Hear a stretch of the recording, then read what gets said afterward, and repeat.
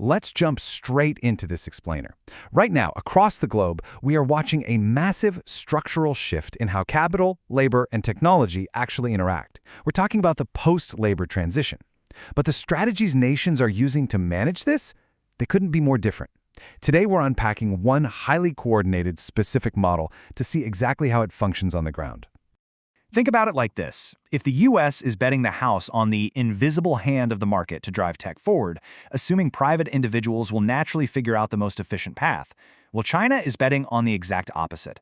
They're leaning heavily into the visible hand of the party state. It's a planned direction. It's how they approach almost everything, with deliberate top-down coordination. And this fundamental split in sovereign strategy, it completely changes who builds the machines and ultimately who gets the payout. So part one. The visible hand. We throw around the term state planning a lot, but what does that actually look like when it collides with frontier tech? The underlying logic here is pretty straightforward. The idea is that a highly determined state can mobilize capital, compute power, and industrial policy way faster than a messy market democracy. And look, the historical track record definitely backs this up. We saw it happen with solar panels, where top-down mobilization aggressively scaled up production. We saw it again with EVs. And now, that exact same playbook is being aimed squarely at AI and robotics.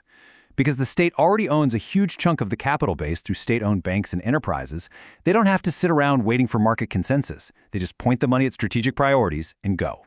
Moving on to part two, how the engine works. How does a grand, sweeping mandate from the top actually turn into a physical robot on a factory floor? It's basically a massive three-step cascade. Step one is the master blueprint, the 15th five-year plan covering 2026 to 2030, which explicitly locks in AI and robotics as strategic tracks. Step two takes that plan and turns it into mobilization campaigns. We're talking massive initiatives with names like AI Plus and Robot Plus, but these aren't just empty slogans. That brings us to step three, where the rubber actually meets the road. These high-level signals ripple down to provincial and municipal governments. Those local leaders then translate Beijing's overarching goals into hard, dedicated local targets, funding, and actual physical infrastructure. It is a stunningly large coordination mechanism. Which brings us to part three, the private innovation twist. Now, to get an accurate read on all this, we've got to look at a really surprising nuance regarding who is actually doing the inventing. Because, it's super tempting to assume that in a heavily state-directed model, all the big breakthroughs are just rolling out of government labs. But analysts across the board point out that the massive 2025 breakout of DeepSeek, which basically closed the AI performance gap with the US almost overnight, came from a startup. And Alibaba's super influential open models, those are corporate products.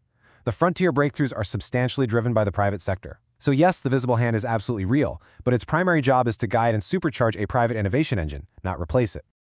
The real secret sauce here is synergy. State direction works best when it locks in with private enterprise. The state's actual role is to fund the broader ecosystem, push that technology out into traditional sectors like manufacturing, and ultimately own the underlying capital base. Also, it's really worth noting that strategies like pushing these open models are in part a brilliant pragmatic workaround to US chip export controls. Think about it. If you can't get your hands on the absolute best hardware, you change the game by getting everyone to adopt your software instead. All right, part four, the human trade-off. We've looked at the high-tech engine, but now we need to objectively examine the structural limits and the very real human cost of this model. Because any system that concentrates this much power to act is going to have significant trade-offs. Even maximum state direction can't just magic away immense structural and demographic realities.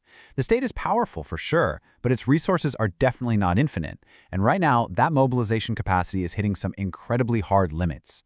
You've got a massive property crisis, a crushing load of local government debt, a rapidly aging population, and visible youth disengagement, something often talked about in the social discourse as lying flat.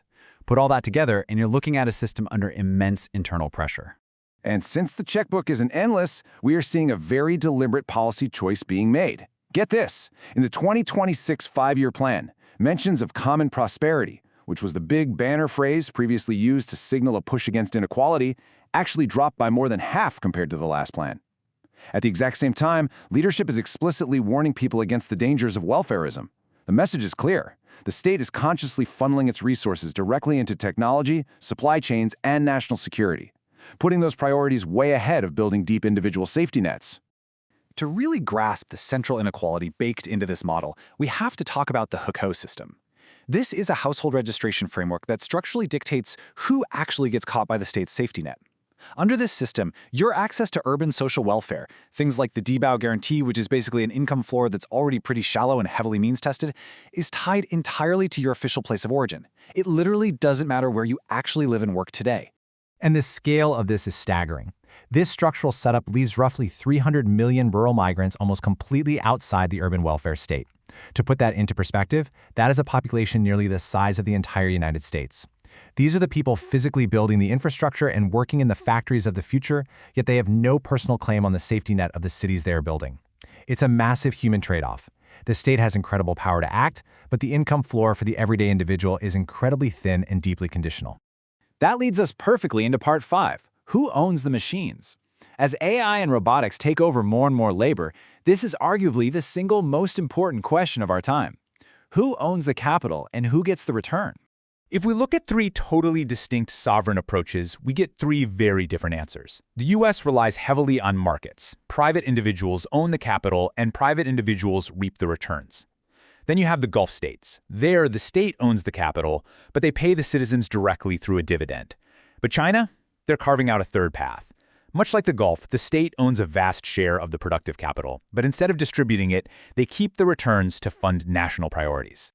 So you have to ask, what exactly is the bargain for the everyday citizen here? Essentially, it's this. The citizen gets the very real, undeniable benefits of living in a country with massive national capacity, technological leadership, and infrastructural strength. But the individual has absolutely no personal financial claim or direct check against those returns. China has built the ownership half of the post-labor equation at a scale that is just mind-blowing, but they have deliberately chosen not to build the direct distribution half. Finally, part 6, what travels globally? As we watch all of this unfold, what parts of this model can actually be exported to other countries? Make no mistake, governments everywhere are watching how fast this system is advancing in physical AI. But there's a really clear dividing line between what is portable and what is definitely unportable. The portable part is the industrial policy, the ability to rapidly mobilize capital, compute, and human talent toward a specific goal. Western democracies are actively studying this and trying to replicate it right now.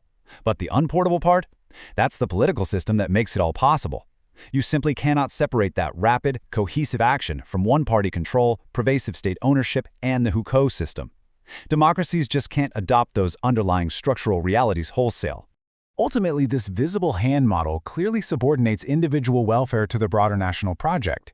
It answers the question of who steers with the state and who owns with the state, not you. It pairs maximum power to act with the absolute minimum personal claim against that power.